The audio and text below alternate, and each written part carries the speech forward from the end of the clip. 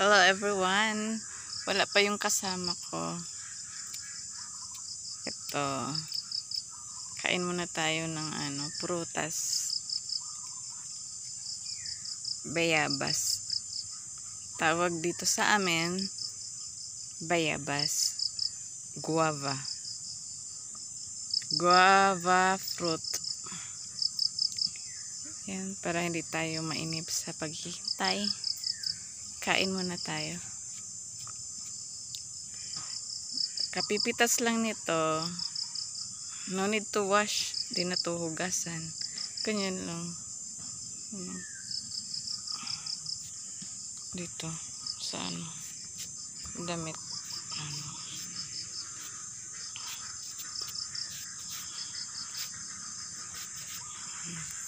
Pwede na to kainin.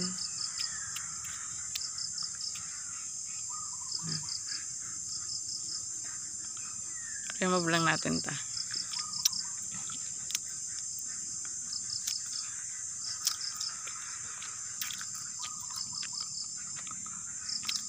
Matamis.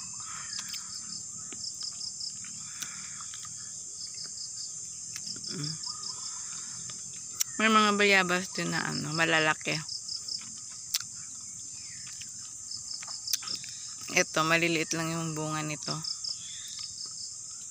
Masarap. Pag na siya, hinog na. Mabango. Yung amoy niya, malalanghap. Malalanghap mo rin pag kinain yung amoy. Tanggalin ko lang yung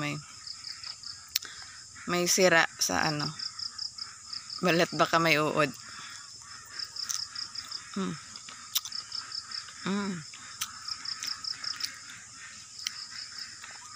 Masarap.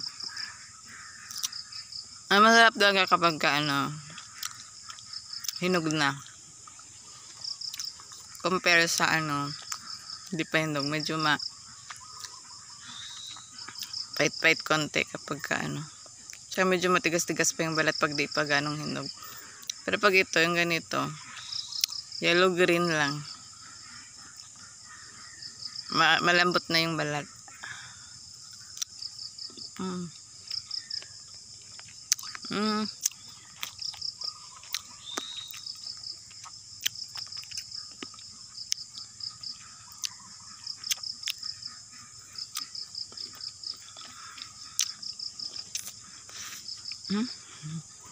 Ang buto.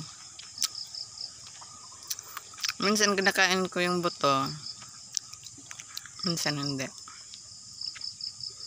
Matigas kasi yung buto ng bayabas.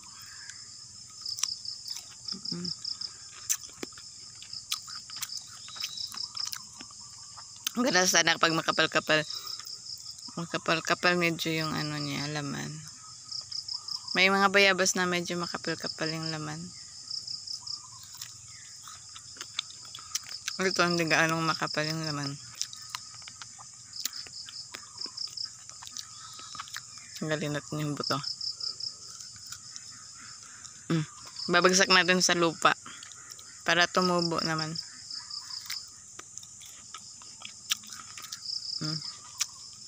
Pag ipasok sa tiyan, hindi na yung tutubo. Bagsak na lang sa lupa. Kunti na lang. Isang subo na lang to. Ang hinahintay ko di pa dumating.